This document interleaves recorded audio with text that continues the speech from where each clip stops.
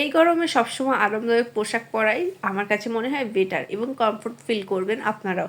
তো আপনারাও কিন্তু বানিয়ে নিতে পারেন এরকম হালকা পাতলা ধরনের চিট নিয়ে কুর্তি।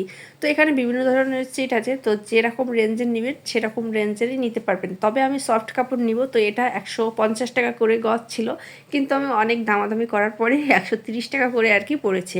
তো 130 টাকা করে 3 গজ সেট নিয়ে নিয়েছি। হাতার কাপড়টা বাদ দিয়ে দিয়ে কিন্তু আমি দুইটা কাপড় একদম সমানভাবে কেটে নিয়ে দুইটা পার্ট আমি রেখেছি, রেখেই হচ্ছে সমান করে কেটে নিয়েছি। তো একটা পার্টের মানে সামনে যে পার্টে কুচি দিব সেই পার্টটা কিন্তু একটু ভাঁজ করে নিয়েছি, আপনাদেরকে হয়তো বোঝার সুবিধা দেখিয়ে দিয়েছি অল্প একটু।